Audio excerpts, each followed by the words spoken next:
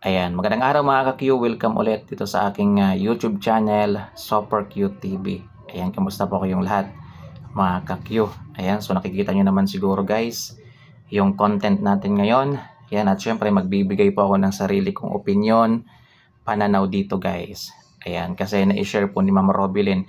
Nag-post kasi mga ka-Q ang Ateneo de Manila University mga ka-Q ng kanilang final roster mga ka-Q para sa UAAP mga Q. So tuloy po sila, maglalaro po sila guys.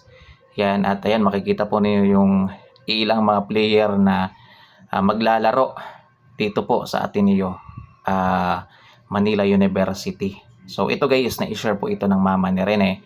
Yan, makikita naman ninyo. Ang sabi po dito ni Ma'am Robilin, yan, mga walang respeto. Yan, ang pupugi pa naman. Yun po yung sabi ni Ma'am Robilin.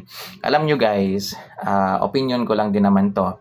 Yan, hindi rin natin masisisi yung mama ni Rene Paterbonia kung bakit siya nakapagsalita ng ganyan. Kasi nag-trending po yan guys. Ang dami pong nag-react. Yan, may mga nakisampatya dito po sa mama ni Rene. Meron din pong hindi nagustuhan yung sinabi po ni Ma'am Robilin Paterbonia, which is sila po talaga yung nangbabash po dito sa pamilya ni Rene. Lalong-lalo na po sa magulang po ni Rene. Ako guys, personal ko na opinion, hindi ko po masisisi po yung mama ni Rene Paterbonia kung bakit po niya nasasabi yung ganyan.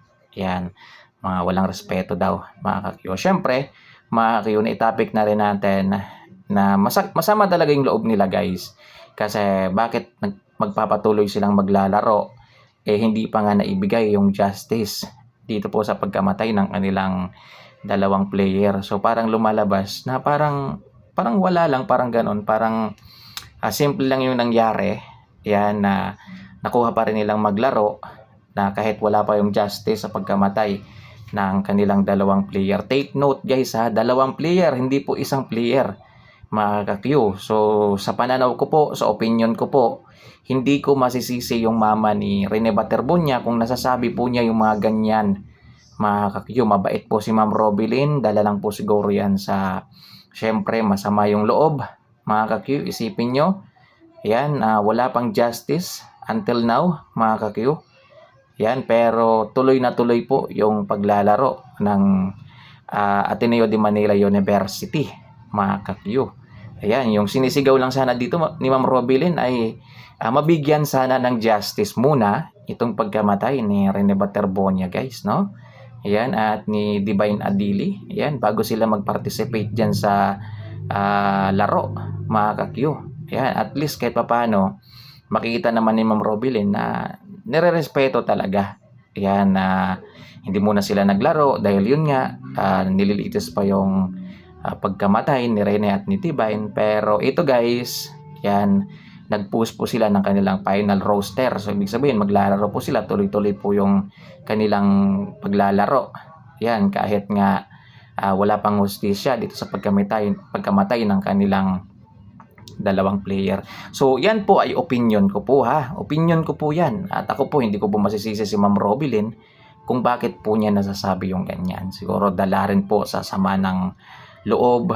Yan, hanggang ngayon wala pa rin hustisya pero tuloy po sila sa paglalaro nila. Yan. Siguro, for example guys, ako yung may-ari ng Ateneo de Manila University. Example lang ha. Example lang. Yan, siguro hindi ko muna paglalaroin tong mga player ko. Yan, siguro hindi muna kami maglalaro this season guys. Yan, at pagpupokus muna sa paghahanap ng hustisya sa pagkamatay o pagkawala ng dalawang player nila. Kasi parang respeto na rin. 'Di ba guys? Inintindihan niyo naman siguro ang ibig kong sabihin. Parang respeto na rin. Yan dito po sa pamilya ng namatayan. 'Di ba? Kasi hindi po basta-basta yung buhay ng isang tao. Guys, isipin niyo ha. Yan, kahit billion pa yung kapalit. Yan. Ayan nga oh. Yan, merong balita ngayon na gusto sana makipag-settle nila kay Ma'am Robilin.